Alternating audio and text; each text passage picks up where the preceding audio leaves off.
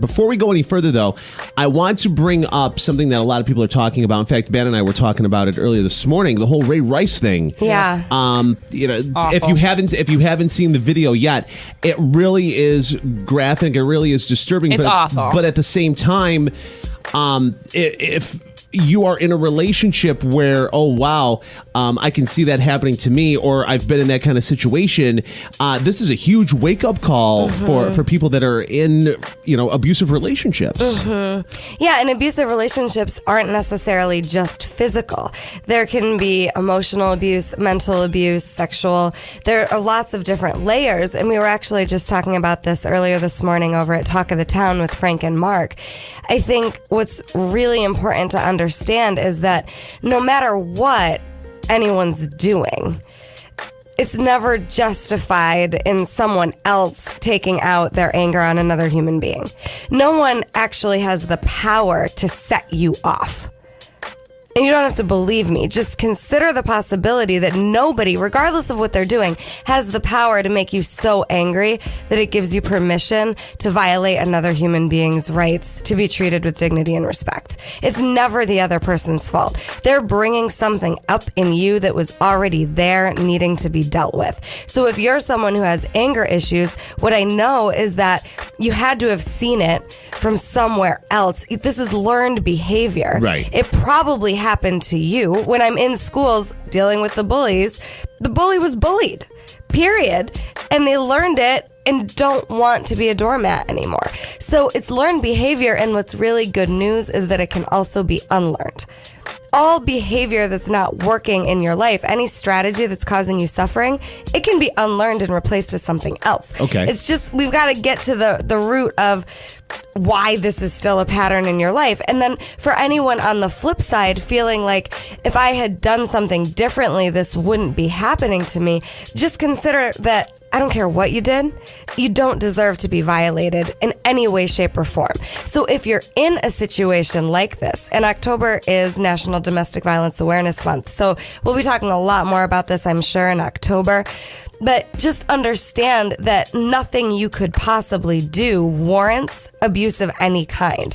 And for an adult, and this is something that is near and dear to my heart, because as an adult, I continued to stay in abusive situations for way too long in a domestic violence marriage, then out of that, and in some, pretty scary, dangerous positions, and I couldn't understand why this kept happening to me.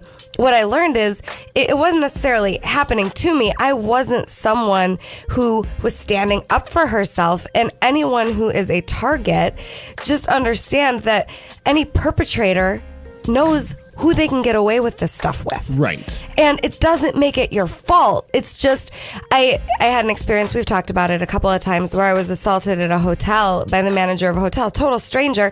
The friends I was with, they weren't chosen. Why? Because they wouldn't have put up with it for 2 seconds. He had them with champagne bottles in a pool. I went to bed early. He didn't think I would say anything. And at the time, believe it or not, I didn't even call the police. My friends had to tell me to call the police. It didn't even occur to me to stand up for myself in that way. So just understand, it's not your fault, but perpetrators know who they can get away with this type of thing with. Let me ask you this. There are people listening right now that unfortunately are in an abusive relationship, whether it be physical, mental, whatever it is, and are choosing to stay in that type of relationship because it's easier to, quote unquote, just take it and deal with it rather than risk the, upsetting the other person and triggering the other person and having to deal with. Or even if they're married, maybe that person's scared because, they don't have that security that they would have if they were with that person. I just want to address this right away. Number one, the person's upset anyway. So you're not going to cause them more upset. If they're going to be upset anyway. But in their mind, it could be a trigger. Exactly. I want to just address this. But that's sure. part of the mindset. I'm saying, what if that's just a distraction from having to look at the fact that you deserve better? Right? Exactly. What if focusing on, I don't want to make this person more upset is just a way to not have to look in the mirror and go, I'm here because these are the beliefs I have about myself. This is all I think I'm worth, and I don't know how to raise that bar for me. See, it's never about the other person. And whatever you're in is directly related to how much you're valuing yourself. So if you're in a domestic violence situation, or even if you're the one that's doing the violating, I'm sure that there are self-worth issues here. You're probably not thinking you're that important, that, the abuser might not think that the abuse has a significant impact on the level that it actually does, because they might not think they're that important. The person getting abused, I guarantee, doesn't think that they're worth more than that. And I'm suggesting that you are. You can't cause other people to be upset, period. If they're upset, they already were. So you're just bringing out what was already there. And your job could be to make sure you're taking impeccable care of you and making sure that you're valuing you. If you won't value you, the world won't either.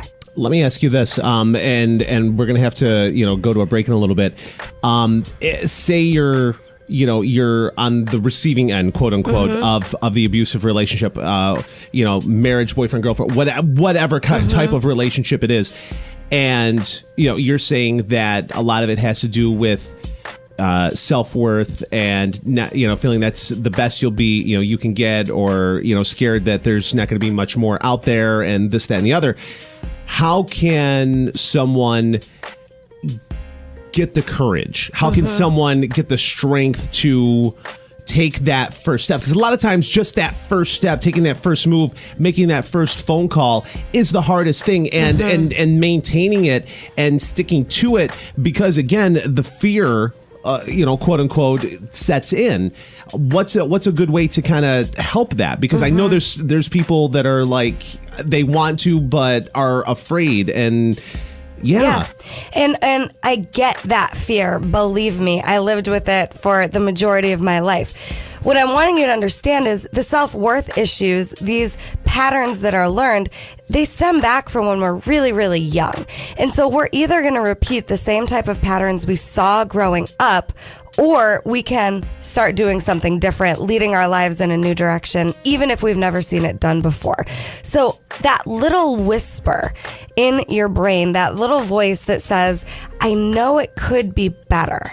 If you've got that, just start there. Just listen, turn up the volume a little more on the voice that's telling you that you deserve better.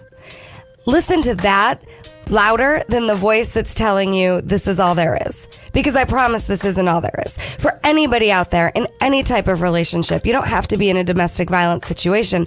You can have exactly what you want if you believe you deserve it. So another step is to find some type of a mentor. Find a coach, find a therapist, find somebody who in your professional field you look up to, and raise the bar for yourself. Have a bigger game. Find a mentor, someone that you can have accountability with. It doesn't necessarily have to be a best friend or a family member. Find somebody.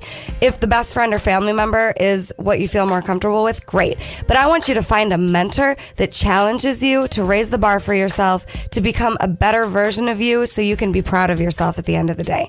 And it's not a bad thing. People that go through these situations, I have a 9-year-old, and we had a discussion a couple of weeks ago about this, and I was saying, my marriage to her father was the best thing that could have ever happened to me. It might have been a domestic violence situation, but I needed that experience to grow. And he's not a bad guy. It's not his fault. So I'm wanting you all to consider that whatever you're in, it's a gift. It gives you an opportunity to grow, and find a mentor that challenges you to be better.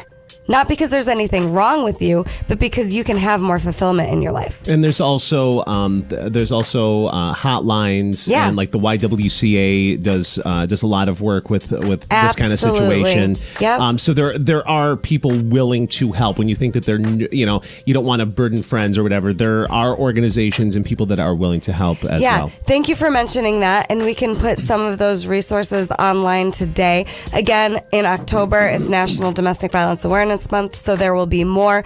But for anyone, for everyone, reach out. Just one person that you're speaking up and telling the truth to can make a huge difference. Local life coach Rebecca Silence. It is Confession Tuesday. InspiredResultsCoach.com is the website.